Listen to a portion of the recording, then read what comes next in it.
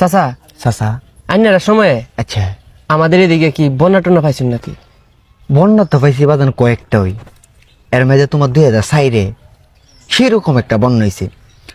আমরা সরকারি প্রাইমারি স্কুলটা আছে না, এটা ছাদের সমান সমান মানিয়ে গেছে ঈশ্বর কোন তে তোমার আমরা তো সবাই সময় গড়বন্দি পানি লেগে বাইতে বাইরে তারি না।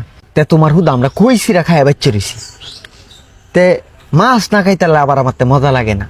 ঠাউর বাড়ি জঙ্গলটার মাঝে লিংড়িটা খাইছা দাউড়া লই নেমে পড়ছি।